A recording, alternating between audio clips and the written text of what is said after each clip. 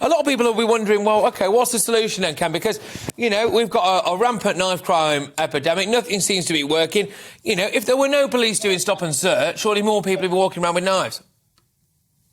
I would say, I beg to differ again, because we've got a knife crime situation going on, but yet less than 3% of the stop and search that the police are doing each month is targeting knife crime. And the police own figures says that, you know, in a month, they stop and search 20,000 people, and they may fine up to something like 300 knives.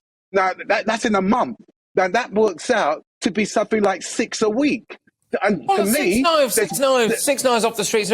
Ken, you know what? OK, and I do say this, and I will hold my hands up to this, Ken. You know, fair's fair. I have never been stopped and searched, right? So, you know, I'm not one of the... By the way, I do think that the teenager who was stopped and searched 60 times in 2 years does sound like a bit of a wrong one, to be fair. I don't understand how that happens, mate. But 60 times a heck of a lot. I mean, goodness me, where's he hanging out? But I've never been stopped. I would get stopped and searched. I would get stopped and searched if it meant that I felt the police were doing it for the wider good of society. So what's wrong with that?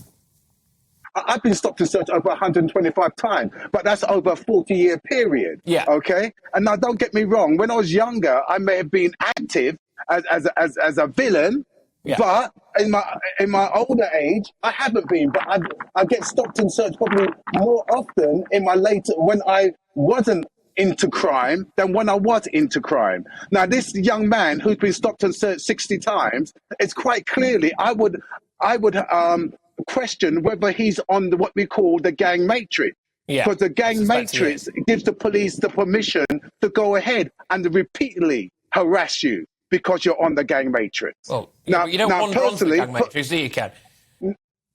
Now, personally, what I would say to you is that I believe that if you have been convicted of carrying knives or being involved in knives, then you should be targeted for stop and search to ensure that you're not a repeat offender of that nature. So I would be up for that. But what we're finding is we need more transparencies, we need accountability, and we need scrutiny. And all we need, above all, is professional policing.